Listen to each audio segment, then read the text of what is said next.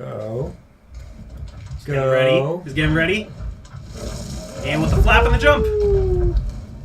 Alright. Sparkles. I hope this is, like, what we're supposed to be doing now. There's sparkles everywhere. Yeah, you're right. Fireflies, I think. I like sparkles. Okay, fine. There's sparkles. So I think maybe we're just retracing our steps now? Are you trying to get up higher onto these towers? What is... Okay, because the ultimate goal of the game is still just to, like, escape the valley, the nest, which is this big enclosed rock formation. Where are you going? That's not even close to where I'm telling you to go. No, it is not. Stop. Stop it. Stop.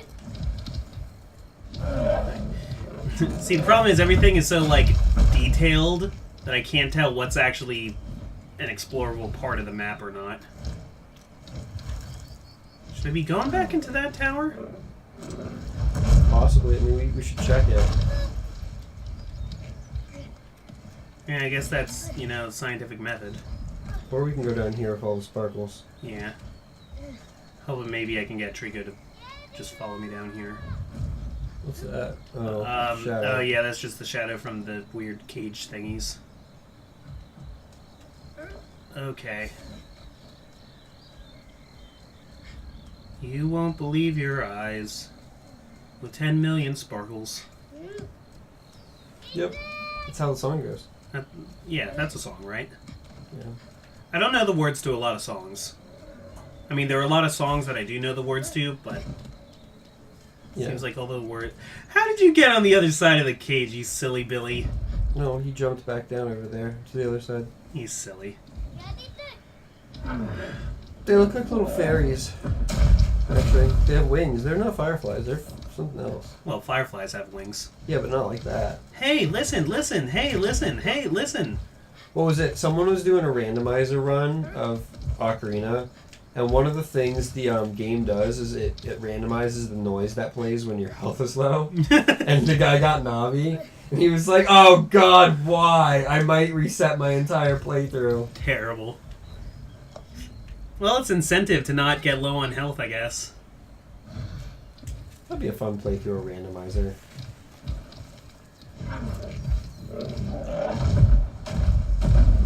Okay. So I think I want you to go over there. I don't know. I'm going to skip ahead to when I'm actually at a place. Oh, do you want to go down there now? Let's fall. Let's go.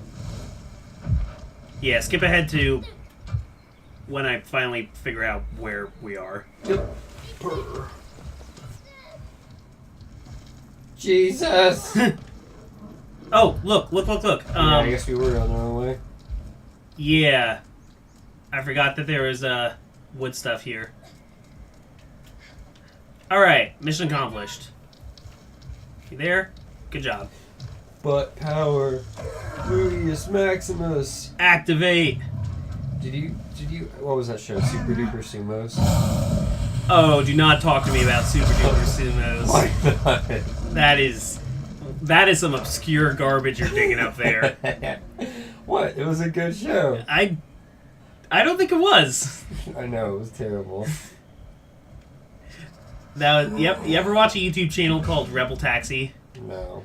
Every once in a while he does a review that he calls like the worst cartoon ever. Yeah. But like every time it's the worst cartoon ever. And that was like the first one he ever did. Did you know that there's a game? Yeah. Most people are only aware of the show because of the game. There's a game, and the art of the game is them just slapping their asses together into a giant hyper beam going into the sky. With some unspecified, like, green energy coming off of it. And there's the official Nintendo seal.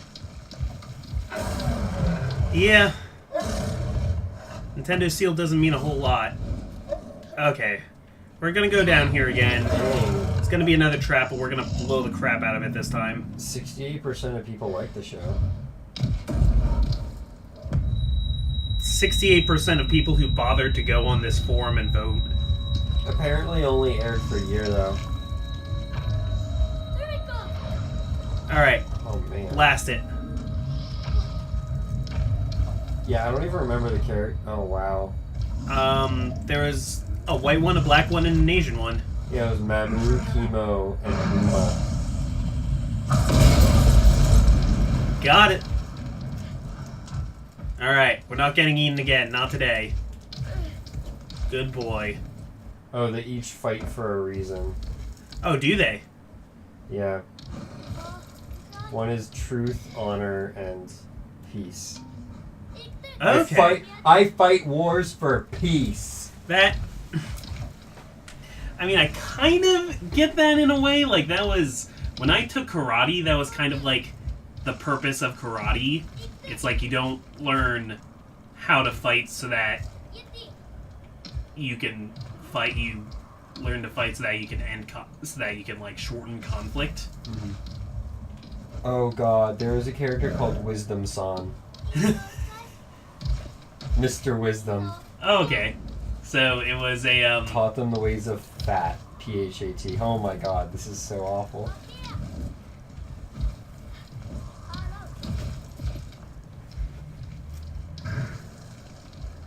This sounds just so bad. Just reading this, it just sounds so bad. The CEO of Bad Incorporated. Or are they the bad guys? Or are they the people Yeah, who made they're the the bad show? Dr. Stinger. Genghis. What the fuck is this? What, are you just, like, looking at a list of character names? Wikipedia. Okay, Running gags. Booma always talks about his butt. That's the first thing. great. God. I remember it being a very butt-oriented show. There's like a that was- character called Mrs. Mister. Nowadays, that would be considered offensive. Someone would get upset by it, I feel. Can I blast these eyeballs now? No? No, you want to go up instead? Well, what do you want to do? Okay, you can jump if you want. I get on top of the thing? But yeah, I remember when that show, I remember when I...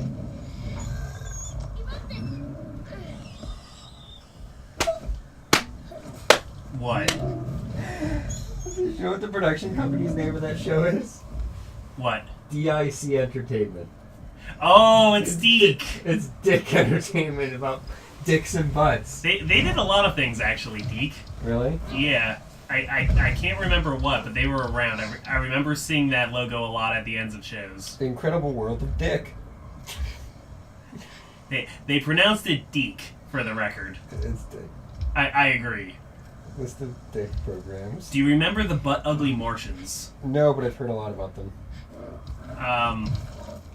They had a really annoying song. They made the Inspector Gadget. That's the Rainbow Bright. The Care Bears. Hulk Hogan's Rock and Wrestling. The Care Bears were made by Popples. Dick. Popples. The Real Ghostbusters. Oh, okay. Alf, the animated series. Dino Sauce. A lot of these are really bad looking. Yeah, but a lot of them are like classic cartoons too. I'm not seeing anything. Cops. What? Care Bears? The Real Ghostbusters? Really? Yeah, that's like, I mean... Chipmunks. The Karate Kid. Yeah. I mean, we don't think so because we're not 80s. Oh, they made but- the Super Mario Super Show. Well, then they are fantastic. Oh my god. And they did the Legend of Zelda one too. Well, then I think we've been too hard on them. Maybe we should give Super Duper Sumos a chance. Oh, and they did Captain Planet. He's our hero.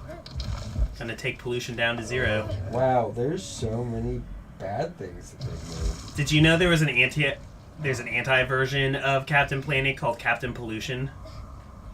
And instead of Earth, Wind, Water, Fire, and Heart, you had to combine the powers of like litter, deforestation, Oh my god. smog, something else and something else. But it creates a like evil color swap Captain God. Planet named Captain Pollution. They also did The Adventures of Sonic the Hedgehog. There's a lot of really bad stuff that they've made. How are they in business after all this bad stuff they've made? People gave them money. Super duper Cinemas. Like, Care Bears was a movement. Strawberry Shortcake. Trolls. With a Z? Yeah. Like Trolls? Yeah, like the dolls. I feel like they're like a cash grab one. Like they make stuff about Yeah. stuff that's popular to try and make a buck off of it. I mean, that's how they're still in business. Barbie and the Rockers, Out of This World. Battletoads. I forgot there was a Battletoads show, but there totally was. Direct-to-video movies. That's probably where it gets real bad. You make a movie and it doesn't even go to theaters. Okay. There was also I don't know who made it, but there was a single episode pilot for a Bubsy the Bobcat cartoon. That is also considered one of the worst pieces of animation of all time. Oh god, really? Yeah, because Bubsy acts the way you'd expect Bubsy to and is really super annoying.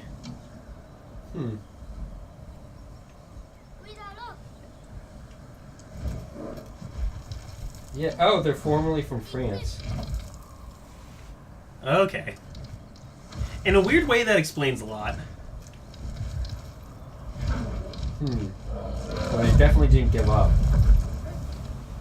The people who made...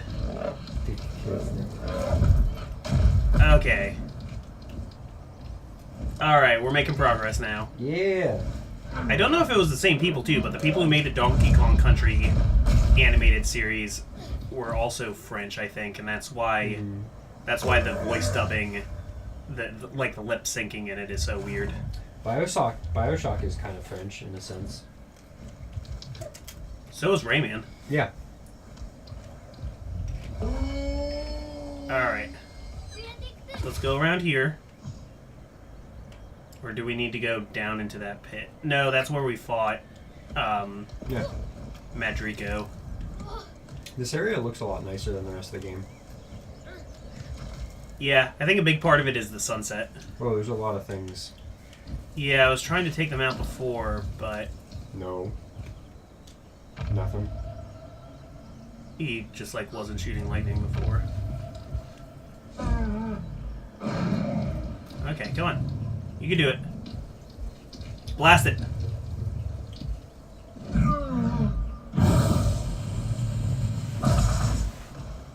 Oh, What? I missed. No, you hit it. I think you did. There we go. Yeah, doing some target practice. Okay.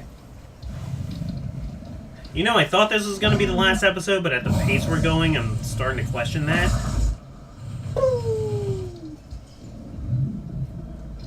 Maybe, yeah. A little slow. I don't know, I was getting, near the end of the game vibes from the previous episode, but... Oh, and Trico almost knocked me off. Almost. You didn't, though. Trico, you could have murdered me. He still could murder you. He's capable of it. Yeah, Trico could murder me at any time if he wanted. Come on, that was a clean hit. I like how those projectiles don't have any trajectory whatsoever. Yeah. They're just like beams of light, I guess. And Yeah, lasers wouldn't have a trajectory, I guess. no, they're not affected by gravity. Yeah. Though it is possible to, bend... I don't know, there's some situation where, light was bent. Yeah, like it's bent all the time. Yeah, but I mean, I can't remember the scientific whatever. I was listening to a theory today about, where Atlantis is, though. Oh, where is it? There's a big... Have you ever heard of the Eye of Africa?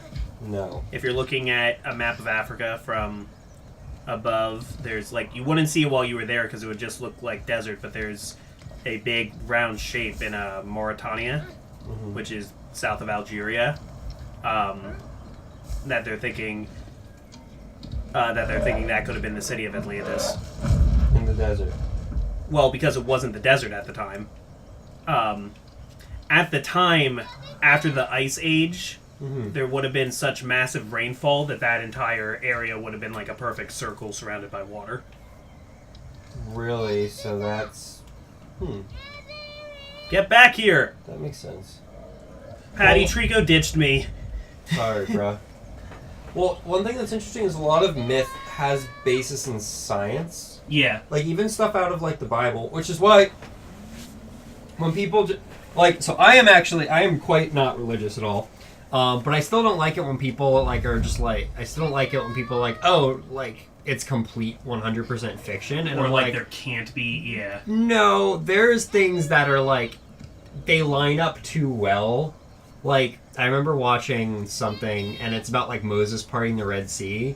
And, like, if you look at the Red Sea and look exactly where they were said to be on, because it said, like, they were on, like, the north side or something. Or Trico just freaking killed me. You're really dead.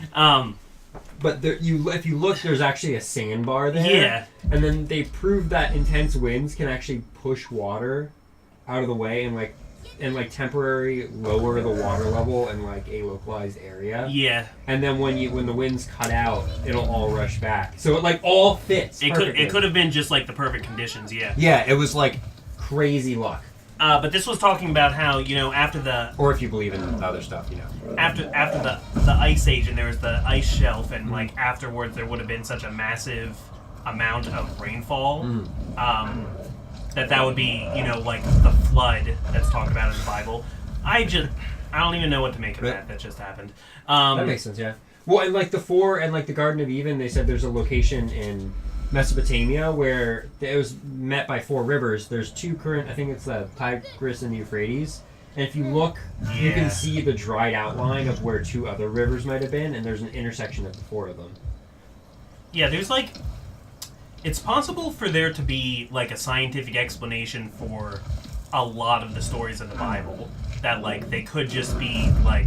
Oh, I totally believe a lot of those things happened. I just don't think it was, like, divine intervention or anything in sorts. I think it was it could interpreted that way. Yeah. Now, I personally do believe it's divine intervention, but it could also totally be... I also believe that there could be scientific basis for it, and that doesn't necessarily mean that it wasn't divine. Like, to me, the two aren't mutually exclusive. Yeah, that's a possibility. I'm kind of more interested in a god that would have made these things happen by hard science. Oh, he's making it difficult, isn't he? Okay. What was another interesting thing I learned? Because I've been I tend to look at a lot of like sciencey stuff. So this is kind of a spooky concept, and it's probably not that bad. Yeah. Like it's not gonna happen for a while, probably not in our lifetime. But so, when we launch, you know how orbit works, right? Yeah. So, when we launch a rocket, what happens, first we have to launch it straight up, and then we can get it into a low orbit, and then you have to, like, launch it, like, sort of sideways to get it out of the orbit, and like, escaping something's orbit requires a lot of energy, right? Yeah. So, currently, in orbit, we have a whole bunch of satellites and stuff up there, right? Mm-hmm. Now, all that stuff is still moving at, like, a crazy speed. Like, fast enough that, like, if you were to be intercepted by something the size of a marble, it would, like, tear right through you and tear through steel, and, like, it would just decimate anything.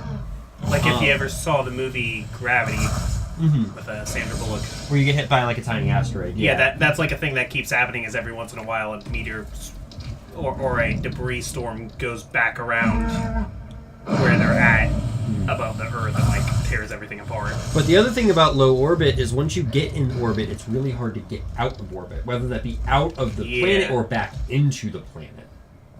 So, interesting thing is now when we launch rockets, some of they break up in stages as they lose more fuel, right? Yeah. Now, some of the, like, once you're in low orbit, they still, use some a little bit, especially if you have people trying to get out further. If we send somewhere to Mars or like rovers and stuff like that, what happens to all that junk? Well, it gets stuck in low orbit. So there's actually a ton of junk flying around space around the Earth. So there's actually like millions and millions of things currently. And like also like a satellite, like if one of those little pieces hits a satellite, it'll completely destroy the satellite. And also like the way that space moves, like the way that physics work in space, if like say two satellites were to collide, they wouldn't really collide, more so of like smash through each other and just like completely like shatter each other in the because every pieces. individual particle wants to maintain its momentum. Yes. So that would basically create like a huge cloud of debris, which could basically break into more. So humanity could get ourselves into a situation where we have so much junk floating around in Earth, we can't leave. Huh. Because if you shoot a rocket up and it gets hit by a particle, it's done. No, go back down. Oh, isn't that interesting though? We had this like we'd be trapped in this like glass cloud. Mm-hmm. Oh, neat. I mean, bad, but neat. Probably won't happen in our lifetime, but like I don't know. I just find stuff like that fascinating. I know it's grim, but like, I mean, like I said, I don't have to worry about it.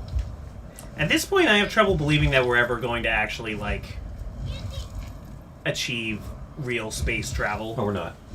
We're gonna. I think humanity's gonna die out. Yeah, I don't think we have the longevity for that. Nope. Gonna overpopulate, exhaust our resources, not be able to leave the planet, and die. Sorry, that's really grim, but whatever. Yeah. Make the best of your life. It's not like it matters anyway, you know? So you might as well enjoy it. I mean, I don't believe quite that far, but yeah, I agree that you should like try and live your life and enjoy it. I'm kind of more of a nihilist, but like not in a negative way. That doesn't. Yeah, being a nihilist doesn't have to mean you're an asshole. Yeah, or that you think everything is pointless. It's like, well, you do think everything is pointless, but it's the way you look at it.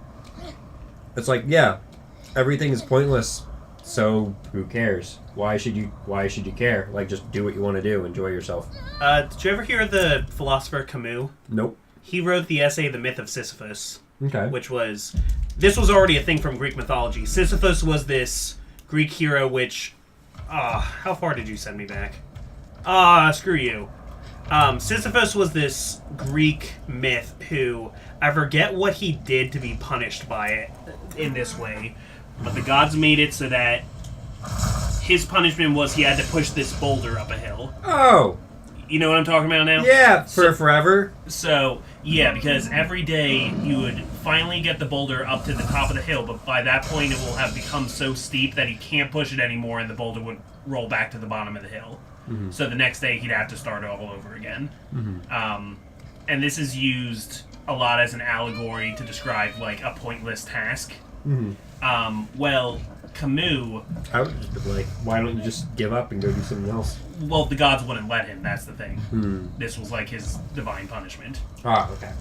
The gods would make him. If he tried to leave, they would pick him up and put him back there. And they'd say, you can leave when you accomplish it. But it was impossible. So, Camus, I think his first name's Albert. I think it's Albert Camus. Correct me if I'm wrong, future comic. But...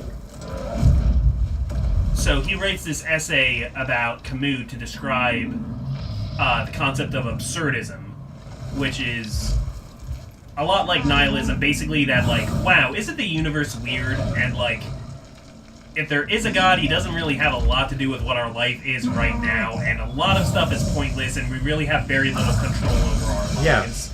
Yeah. BoJack Horseman uses a lot of this same kind of philosophy, so does Rick and Morty. But he writes this whole thing about, like, why does Sisyphus keep doing this? Why does he not just, like, go into despair? And he says you have to assume that Sisyphus is happy, and that Sisyphus is a hero. He's called the absurdist hero because despite the pointlessness of his task, he still finds meaning in something that's meaningless.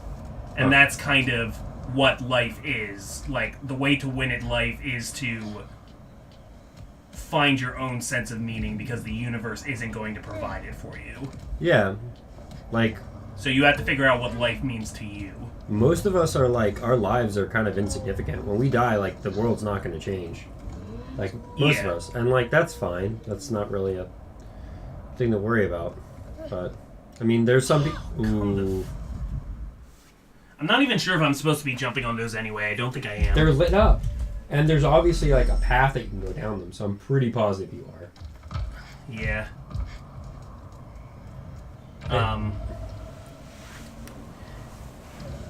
But yeah, that's kind of a lot of TV shows are like focusing on that kind of idea now of like there isn't really meaning in everything, but that you can, still. Because Sisyphus is like, yeah, I am going to keep pushing that boulder, and he likes doing it because if he doesn't do it, who else is going to do it? He's the guy who pushes the boulder, and that's what life means to him. So like he's actually like considered wise because even though he's doing something stupid, he's found happiness, and a lot of us haven't. Speaking of like finding meaning in things and like kind of the idea of coincidence, the interesting thing, what was I saying? You know how we like seem to find coincidences in everything? I mean, you mean like because the human brain's like really good at finding connections and things. Yeah. That we're like kind of looking for them. That's why horoscopes work so well, because we read horoscopes and we're like, you're right, that's just like me. But like there will be like things that'll happen. You're just like, oh hey, did you know that like the whole thing of like Lincoln was killed at Ford's Theater? Yeah. Like the idea is there's so many like Lincoln had a secretary named Kennedy, and Kennedy had a secretary named Lincoln. Yeah, like the idea is there's so many like individual small parts of a person's life. There's like millions and millions of details that are associated with a person. Like, you know what I mean? Like, you could say, say maybe like, I don't know, maybe something like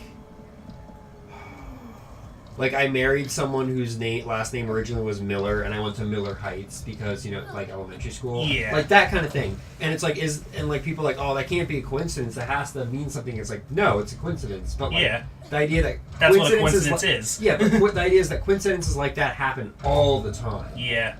Because we're like, and we're as humans like naturally like looking for them. Like we naturally find them.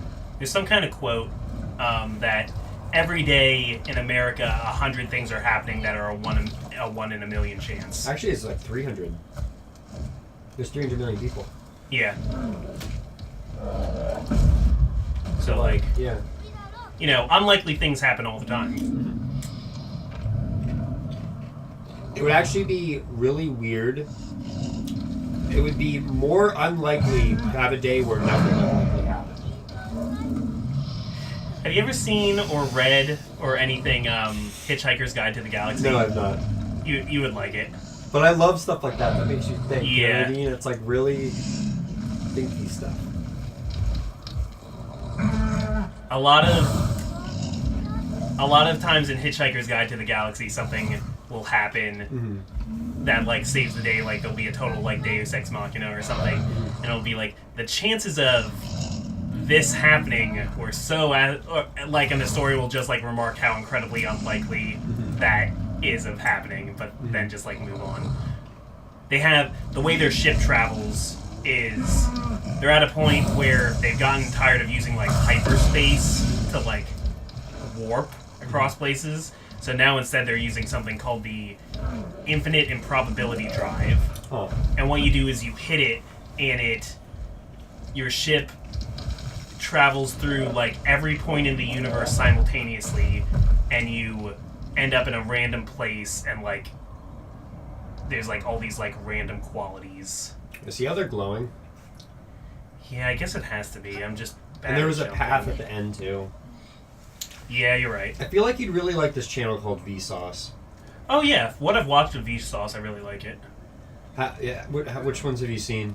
I don't remember, but I've watched it when other people were watching it from time to time, and I'm always like, yeah, I can dig this. They usually have really interesting titles. Like, just like one I watched before was Why Don't Animals Have Wheels? And like, it's just like they have the most, they're like, it's like intellectual talk about the most weird things ever, and I love it, because it's like, it's scientific, it's smart, but it's about like the stupidest things. Well, they're not even really stupid. It's just, come on! You jumped too soon. I know, but there's not good depth perception there. Skip ahead. But I like things like that, like, what is, oh god. That sounds really cool. Is it, how hot can it get? Like, I love that. Like, it's such an abstract, weird question that's like, what? You know what I mean? Like, how hot can it get? Like, what do you mean, like, period? How hot, period? These jumps are stressing me out.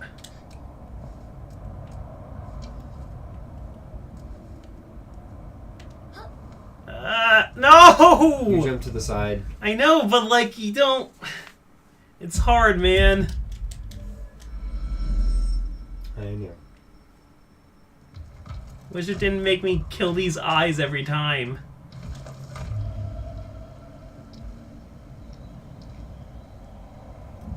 Oh god, I found one that's interesting. Vsauce asks if you kill 5 people or just 1. You know what that's a reference to. The trolley? Yeah, the trolley experiment.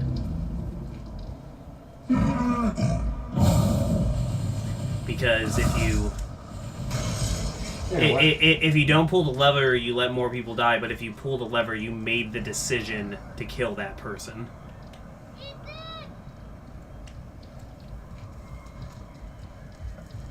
I feel like I'd have to pull the lever. There's another one too, where there's there's 5 on a train, and there's a fat man on top of the balcony. If you push the fat man, he'll be able to stop the train. I know this one's a little weird. Okay. But if you don't, all 5 people will die. I heard a analysis of Avengers Infinity War that used the trolley problem to explain it. Oh. And it was like determinism versus futurism or something like that. Oh, because the trolley problem is basically the whole basis behind Infinity War. Yeah, and they're saying how part of why, like, in Civil War and stuff, that Iron Man and Captain America, why they're at odds and everything, is because because Iron Man would pull the switch and Captain America wouldn't. Yeah. I guess that's why I like Iron Man more. I don't know. He's just more like me, I guess. That's why I like Captain America more, because I guess he's more... Captain America is like, no, I refuse this question. There has to be a way to save all 6 people. More people die! Yeah. Like... That's also a thing in, like, Star Trek, where, like, the needs of the many outweigh the needs of the few. So that was, like, Spock versus Kirk. Spock would pull the lever, but Kirk wouldn't. I guess in the long run, though, having more people die will help population growth. Which is what Thanos wants, so it all works. Well, he wants the 5 people to die, I guess.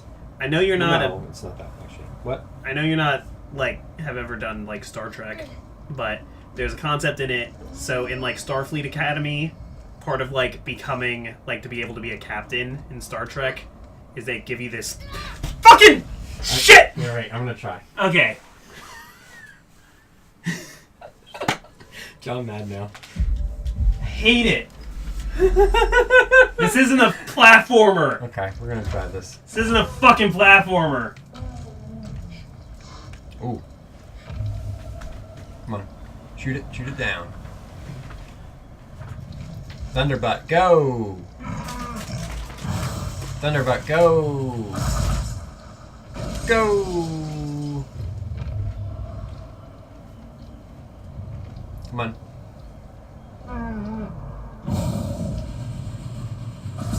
Shazam! Okay. Oh, now you're getting tricky. Is it gonna fire? Yep, yes. Oh! Yeah, boy. Pretty slick. Alright, so I call him over here now. But there's this concept in Star Trek called the Kobayashi Maru. Mm-hmm. So one of the last tests that they would make somebody do in Starfleet Academy is they would be it was called that because it's something about a circle. Yeah. It's a simulation where so it's one of those like simulated battles where they're on the deck and they're calling commands and stuff. Wait, don't jump! Left without you, man. And it was... So it's a simulated battle and you're on the bridge and you're calling commands and stuff. There's lots of tests like that. But in this one, you were in a battle that was impossible to win. Oh, okay. That, like, they made it so that no matter how many enemies were destroyed by your command, more would keep showing up.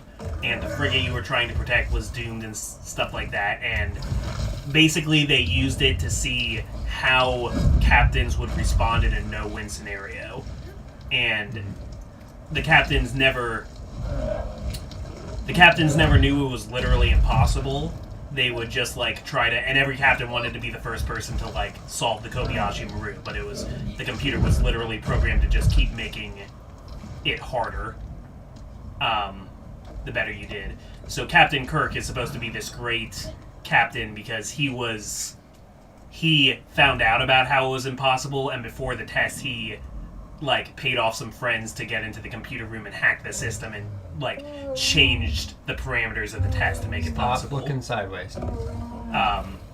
And they said, well, you didn't really beat the Kobayashi Maru because... I'm sorry, it bugs me that you're pronouncing it's Kobayashi Maru. Sorry, I have to... That okay, that's how they pronounce it on the show. Oh god, that makes it even worse then. I mean, it was an American show in the 70s. Yeah. I don't know if it was supposed to be Japanese or if it was supposed to be some alien word, but it sounds Japanese. You're right. Oh, I was going to say if it meant... Because Maru is circle. And Kobayashi is something else, but it's... Because I think it was supposed to mean circle because it was like a cyclical problem. Mm-hmm. Like, no matter what you did, you ended up in the same place. But, some people were like, well, Kirk has to fail, he cheated. And they said, no, he refused to accept defeat, and he found a creative solution to the problem. He redefined the problem. So that was, like, supposed to define Kirk's character. As opposed to Spock, who, is super logical and... Yeah, go to hell. Gotta just be slow. Methodical. Why is that... I don't understand why that's so easy for you. It was weird, but like you just take it slow and you line. The problem you had was you weren't lining your jumps up right and you were hitting the right and sliding off. I noticed that, so I made sure to jump as straight as possible and make sure I wouldn't hit that. Okay, but that you at least have to admit that's like super unforgiving. It's specific. Yeah. No, the fact you have to go all the way back down to the bottom is dumb. I don't know. If this was my game, I'd make it so that you could like grip those edges that I would have been hitting. Yeah. I would have made the platforms like not quite so small. I would have made the eyes not respawn whenever you... Yeah, that would be nice too. Okay, so I've given up my illusion that this will be the last episode. Welcome to not the last episode.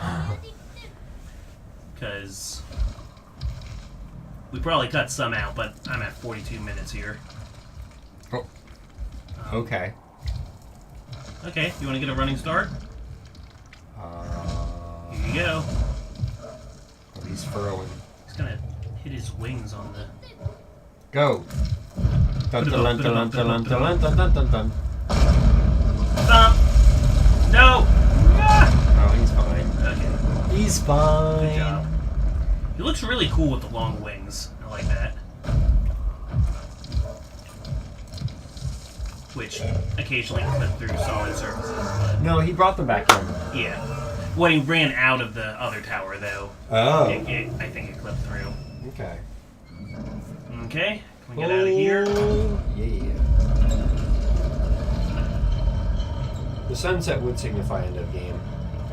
Yeah, a lot of games do sunsets during their, 11th hour. Oh, why are you being all... Better nights. being careful all of a sudden? Or rain, thunder, Storm, yeah. the color red. Blizzard. A lot of, sci-fi things do, kind of, red planet towards the end.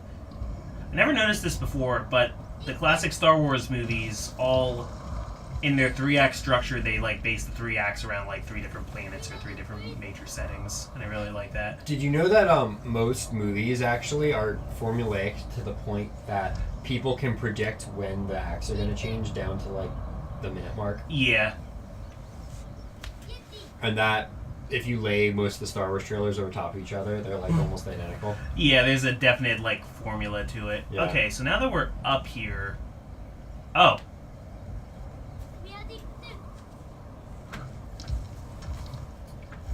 I mean, Star Wars especially, Star Wars thrives on its formula, and that's, part of what people want, and that's part of what makes it good.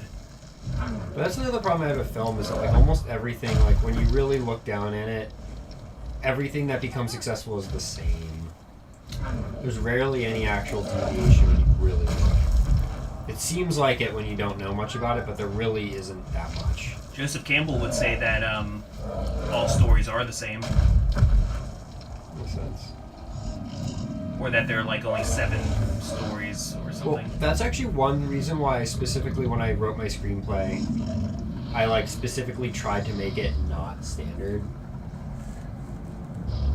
And that's good. I think you need to at least understand 3-act structure. Like, there are other structures, but if you're going to not do 3-act structure, I think you need to understand 3-act structure and understand what you're changing by not using it. Well, I remember there was like, in my class, my actual one was divisive because we did a lot of review, because you basically, the whole class was writing this one thing. Mm-hmm. And half the people who were like, "Oh, this is good. I like this," and the teacher ended up liked it. Because basically, I actually wrote a story based on a D&D campaign. Yeah, you did set this script up in another episode of this Let's Play. Yeah. For the record. Okay. I'm just saying that to like save good. time. Yeah. But like I ended up like making it a character art, and I had like this grand sweeping story, but that really wasn't what was important in my eyes. It was like I based everything along the character arc. So you have this like 3-act structure that's running underneath of something else that is like, that's like the big grandiose plot, whereas it's more like how the character changes is like what the 3 acts are based on. Yeah. And there was like one guy who I remember in my class just like was not about it at all.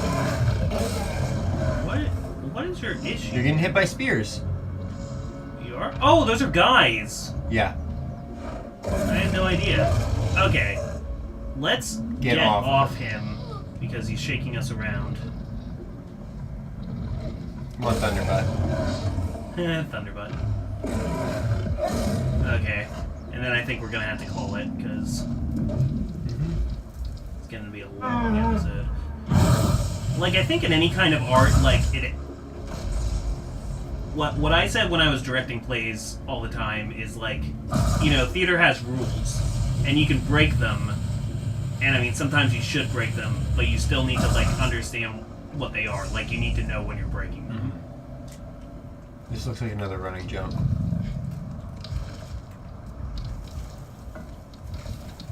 This looks like another jumping dog. Yeah. No, I get what you mean. But, yeah, that sounds like one of those things that, like, a lot of people... Like, your script sounds like the kind of thing that a lot of people wouldn't like it just because it's different. Yeah, because I remember, like, what was it? Like, and the book says you have to do it like this. Yeah, I get it. The story was, like... The underlying plot was, like, the whole idea of, like...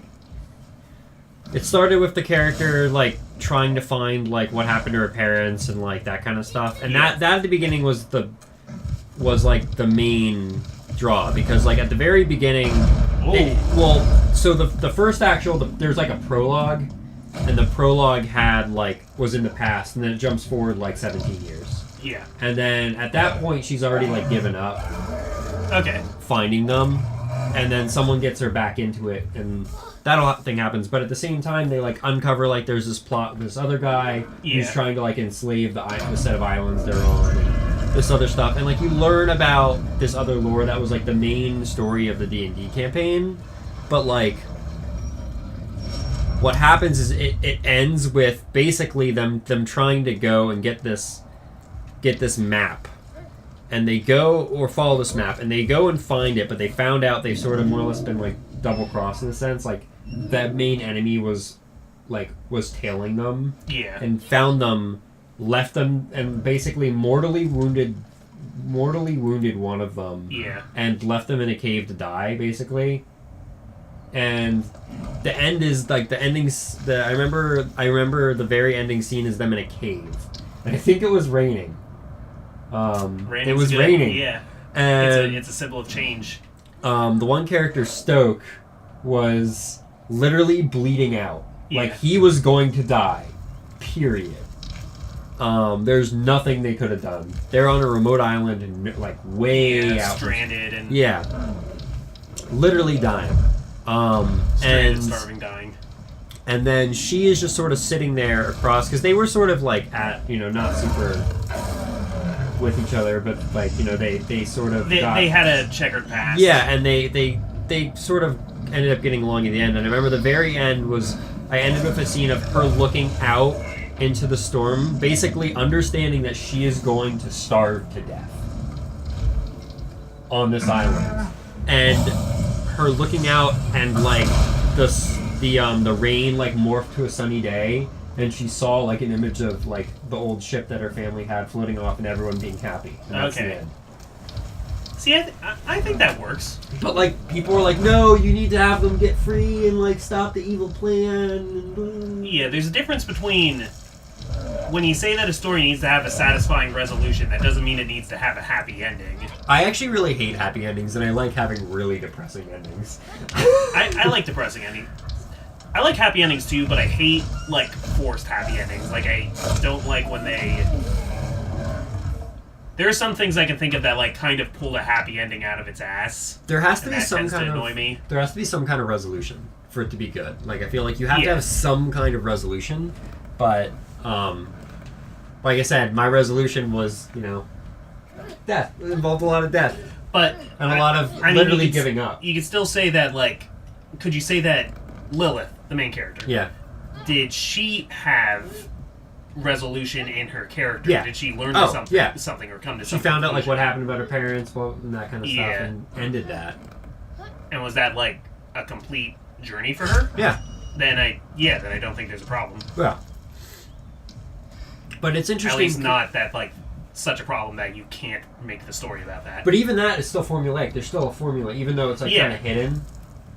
It's still there, and like that's one. And another thing, because everything's in sets of threes. You still, no matter what, you can't get away from the fact that you introduce something, expand on it, and resolve it. Like naturally, all things can be broken down into three. Mm-hmm. And the other thing I didn't like about it was the amount of changes. Like this is why a lot of times we'll see like a game or like a book, and then like the movie, people get really annoyed at the movie because they'll make drastic changes. Because like in Hollywood, it's like there's always these things that like for some reason like people are like, oh, you have to have this, and it always like the love interest, the side. There's always like a B plot, a B story. Yeah. There always has to be something else going on. Like there's all these little. I'm so freaking impatient. Yeah. There's all these little There's always these little changes that people get made, and like the person who's directing it is be like, well, this won't work for media, so we need to like kill this character off. Let's bring in this new character, change this character. This character's now a love interest, and it becomes like completely different from the original work. I don't like, things like that, like shoehorned romantic subplots and things like that. Like that was a problem I had with The Hobbit. Even though I liked the character that they introduced to do that. Wow, that's a really weird thing. Yeah. They introduce a new girl elf, and and she's there to be a love interest for Legolas, and also she's there to create a love triangle between Legolas and this other guy, one of the dwarves. And she's a cool enough character, but the fact that she really exists just to make this love triangle that like does not need to be there. Okay, I think I'm done for the day because I'm just I'm making bad jumps, man. All right. And we're way too over. All right, thanks for listening to us ramble. This episode got a little existential. I'm okay with that. I'm Comic. I'm Bad. And one more try. Yeah, that pretty much sums up my entire experience with this game. Boom. I can do it.